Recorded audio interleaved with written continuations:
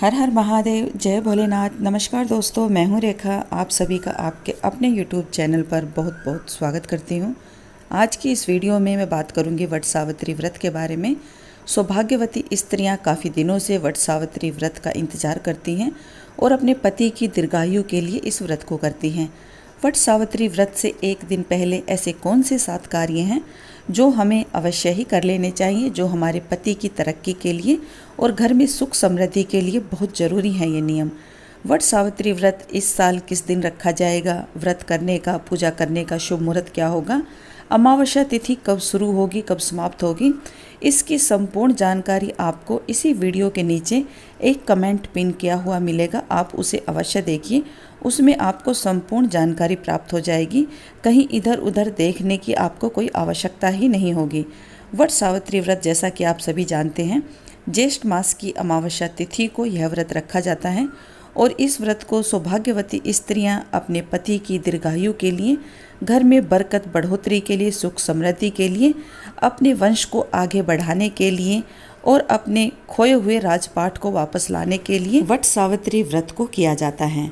और जैसा कि आप सभी जानते भी होंगे कि ज्येष्ठ मास की अमावस्या तिथि को प्रतिवर्ष यह व्रत रखा जाता है। सत्यवान के प्राण सावित्री ने आज ही के दिन वापस लिए थे, यानी कि बचाए थे।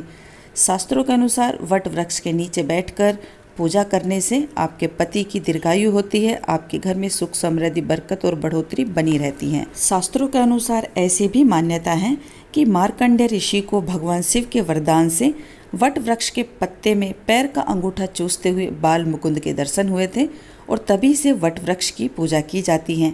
वट वृक्ष की पूजा करने से घर में सुख समृद्धि, धन लक्ष्मी का भी वास होता है। वट वृक्ष की जब भी आप पूजा करते हैं, जब भी आप इस व्रत को करते हैं, तो आपको व्रत से एक दिन पहले कुछ जरूरी नियमों का पालन अवश्य करना चाहिए। तभी आपका व्रत सफल होता है, तभी आपके पति की दीर्घायु होती है।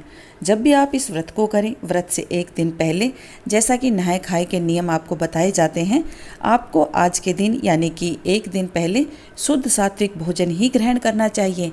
अगर आप लहसुन, प्याज, मांस, मदिरा जैसी चीज़ों का आप सेवन करते हैं तो आपको वट वृक्ष की पूजा करने का, व्रत रखने का आपको कोई भी लाभ प्राप्त नहीं होता है। इस व्रत को मन, क्रम, वचन से पवित्र भाव से रखा जाता है। आज के दिन आपको ब्रह्मचार्य व्रत का पालन अवश्य करना चाहिए, तभी आपको आपके व्रत का पूर्ण लाभ प्राप्त होता है। तीसरी बात है कि जब भी आप इस व्रत को करें तो व्रत से एक दिन पहले आप अपने बालों को धोकर अच्छे से सुखा लें, तभी आपको वट वृक्ष की पूजा करनी चाहिए। क्योंकि वट सावित्री व्रत जो होता है अमावस्या तिथि के दिन पड़ता है। सौभाग्यवती स्त्रियों को अमावस्या, पूर्णिमा, एकादशी, इन तिथियों को गलती से भी बाल नहीं धोना चाहिए। ऐसा करने से आपके पति की जो आयु है वो कम होती है और कोई ना कोई रोग दोष आपको अवश्य लगता ही लगता है। चौथे नियम की मैं बात करूं तो जो भी आप व्रत करते हैं, व्रत में सौभाग्यवती स्त्रियों के लिए 16 श्रृंगार बेहद ही जरूरी हैं। आज के दिन आपको 16 श्रृंगार करके ही पूजन करना चाहिए और उन्हीं 16 श्रृंगारों में एक सबसे महत्वपूर्ण है मेहंदी, आलता या महावर लगाना। अगर आप आलता या महावर लगाते हैं तो व्रत वाले दिन भी लगा सकते हैं।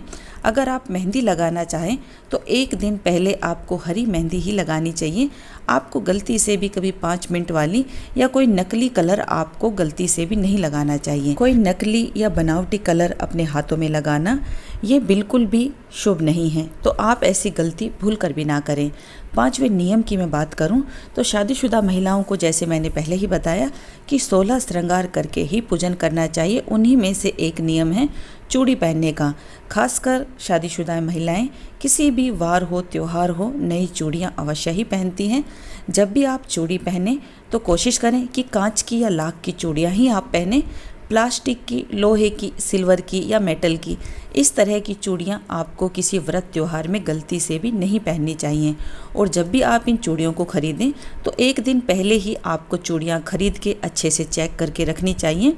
ध्यान रहे कि इन चूड़ियों में कोई भी चटकी हुई चूड़ी या टूटी हुई चूड़ी आप गलती से भी ना पहने। टूटी या चटकी हुई चूड़ी पहनना अपने पति को संकट में डालने के बराबर हैं, तो आप ऐसी गलती भूल कर भी ना करें। एक दिन पहले जो भी आप श्रृंगार करने जा रहे हैं, जो भी आपको श्रृंगार करना है, उसको आप एक दिन पहले ही खरीद कर रख लें। और जो भी आपने बायने में सामान निकालना है श्रृंगार का, जो पूजा में आपको अर्पित करना है, उस श्रृंगार को भी आप पहले से ही देखकर चेक करके आप पहले से ही व्यवस्था कर लें। और जो भी 16 श्रृंगार में आप सुहाग सामग्री जैसी अपने लिए यूज करती हैं, इस्तेमाल में लेती हैं, वैसी ही सुहाग सामग्री आपको दूसरों के लिए दान में देनी चाहिए। चाहे आप उसमें कम से कम 5 चीज़ें ही क्यों ना रख लें। ज़रूरी नहीं है कि 16 श्रृंगार ही आपको रखना है। अगर संभव हो और आप सामर्थ्यवान हो तो आप 16 श्रृंगार भी रख सकती हैं, लेकिन कम से कम आप जो भी 5-7 सामग्री सुहाग की रखें, वो कम से कम ऐसी तो ज़रूर लें कि जो दूसरा व्यक्ति उसे इस्तेमाल में लें। ऐसा करने से आपके सुख सौभाग्य में बरकत और बढ़ोतरी सदैव बनी रहती हैं। और सुहाग की चीज़ों का दान करना यानी कि अपने सुहाग की तरक्की करना, अपने सुहाग को दीर्घायु रखना। सुहाग की जितनी ज़्यादा चीज़ें हम दान में देते हैं, उतना ही हमारा सुहाग तरक्की करता है, हमारे घर में सुख समृद्धि और बरकत होती हैं।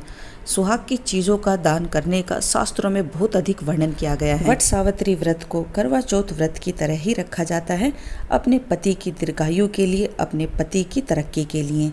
आज के दिन आपको ये गलती भूल कर भी नहीं करनी चाहिए। आज के दिन आपको थ्रेडिंग और बालों में कटिंग गलती से भी नहीं करवानी चाहिए। वैसे तो सौभाग्यवती स्त्रियों को बाल कटवाने की मनाही की गई है। अगर आप बाल कटवाना भी चाहते हैं तो ऐसा कार्य आपको 1 या 2 दिन पहले ही कर लेना चाहिए। अगले नियम की मैं बात करूं, जो बहुत ज़रूरी नियम है। अगर आप आज के दिन नया कपड़ा पहनती हैं तो सर्वोत्तम। अगर किसी वजह से आप आज के दिन नया कपड़ा ना भी पहन पाएँ तो जो भी आपने शादी का लहंगा चुन्नी पहले से पहना हुआ है, उसको आप गंगा जल के छींटे 1 दिन पहले से ही देकर उसको शुद्ध और पवित्र करके रख लें। हो सके तो थोड़ी सी धूप भी उसे अवश्य ही दिखा लें, क्योंकि रखे हुए कपड़ों में थोड़ी सी दुर्गंध और बदबू हो जाती है, जो कि व्रत वाले दिन पहनना बेहद ही अशुभ होगा। और अगर संभव हो तो आप उस सूट, साड़ी या लहंगे को पहले से ही ड्राई क्लीन करवा लें, या फिर अच्छे से धुलकर साफ करके ही आप वट सावित्री व्रत की पूजा में उसे पहनें। तभी आपको आपकी पूजा का संपूर्ण लाभ प्राप्त होगा। आज के दिन कुछ महिलाएं यह गलती भी करती हैं कि व्रत वाले दिन ही अपने नाखूनों को कट करके उन पे नेल पेंट, नेल पॉलिश लगाती हैं। तो आपको यह कार्य भी 1 दिन पहले ही कर लेना चाहिए। नाखून काटना व्रत वाले दिन, किसी भी शुभ तिथि के दिन और अमावस्या तिथि के दिन तो बेहद ही अशुभ कार्य बताया गया है। ऐसा करने से आपके घर में वंश की वृद्धि रुक जाती है। अगले नियम की मैं बात करूँ जो बेहद ही जरूरी है, जिसके बिना यह व्रत अधूरा ही माना गया है। आज के दिन आपको भिगोए हुए काले चने आपकी पूजा के लिए और बायना निकालने के लिए आपको अवश्य ही लेने होते हैं, जो 1 दिन पहले ही आपको भिगोकर तैयार करने होते हैं। तो आप इन बातों को अच्छे से ध्यान में रखें, या फिर कोई कागज़ पेन लेकर आप इन नियमों को लिख भी सकते हैं, ताकि आपको व्रत करने में सुविधा हो, आसानी हो। जब भी आप बायना निकालें तो बायने के लिए भी आपको काले चने निकाल कर ही बायना देना होता है, क्योंकि काले चनों का इतना विशेष महत्व बताया गया है कि जो यमराज ने काले चने दिए थे, उन्हीं चनों को सावित्री ने सत्यवान को खिलाया था और तभी उनके प्राण वापस आए थे। तो इसलिए आप 1 दिन पहले ही चनों को भिगोकर पूजा में इस्तेमाल करने के लिए तैयार कर लें। अगले नियम की मैं बात करूं, अगर आप इस पूजा को वट वृक्ष के नीचे, बरगद के पेड़ के नीचे करते हैं तो सर्वोत्तम। अगर किसी वजह से आपको आसपास में बरगद का पेड़ ना मिले और आप इस पूजा को पेड़ के पास ना कर पाएँ, तो ऐसे में आपको इस पेड़ की टहनी 1 दिन पहले ही तोड़कर मंगवा लेनी चाहिए। व्रत वाले दिन जिस वनस्पति की हम पूजा करते हैं, उसको गलती से भी कोई क्षति नहीं पहुंचानी चाहिए। ऐसा करने से हमें कोई ना कोई रोग दोष है वो लगता ही लगता है। अगले नियम की मैं बात करूं आज की पूजा के लिए, जो बेहद ही ज़रूरी है। आज की पूजा में आपको 2 पंखे अवश्य ही लेने चाहिए। 1 पंखे पर आपको सामान रख के किसी दूसरे को दान में देना है, और 1 पंखे से आपको वट वृक्ष की आपको हवा करके अपने पति की भी उससे हवा अवश्य करनी है। दूसरा है कि काले चने, जैसा मैंने आपको बताया, वो 1 दिन पहले ही आप भिगो कर रख लें। तीसरा है कि ठंडे फल आपको अवश्य ही इस पूजा में चढ़ाने चाहिए। ठंडे फलों में जैसे कि ककड़ी, खीरा, खरबूज, तरबूज, आप ये सभी चीज़ें ले सकते हैं जो मौसम के अनुसार चली हुई हैं। वट वृक्ष की परिक्रमा करने के लिए, कच्चे सूत की फेरी लगाने के लिए आपको कच्चे सूत का इंतजाम भी 1 दिन पहले से ही कर लेना चाहिए, ताकि आपको व्रत वाले दिन कोई भी दुविधा ना हो, कोई भी परेशानी ना हो। और ये सभी बातें अगर आप नोट कर लेते हैं तो आपको व्रत वाले दिन व्रत करने में सुविधा होती है। व्रत वाले दिन बड़ के पत्तों का गहना बनाकर उसे अपने बालों में या फिर गले में या हाथ में धारण भी किया जाता है। आप जब भी वट वृक्ष की परिक्रमा करें तो उससे पहले ही आप पत्तों का गहना बनाकर उसे स्वयं भी ग्रहण करें।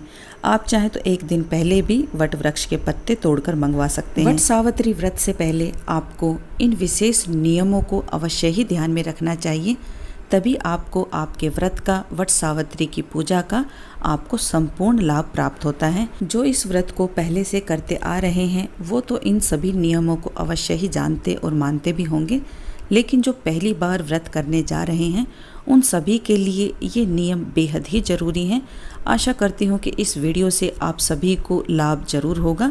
अगर आपको मेरा यह वीडियो देखने के बाद थोड़ा सा भी पसंद आए तो इस वीडियो को लाइक और मेरे चैनल को सब्सक्राइब जरूर करें, बेल आइकन को भी प्रेस कर लें ताकि पूजा पाठ, व्रत, त्योहार से संबंधित वीडियो आप अपने फ़ोन पर देख पाएँ सबसे पहले। वीडियो देखने के लिए आप सभी का बहुत बहुत धन्यवाद। जय माता।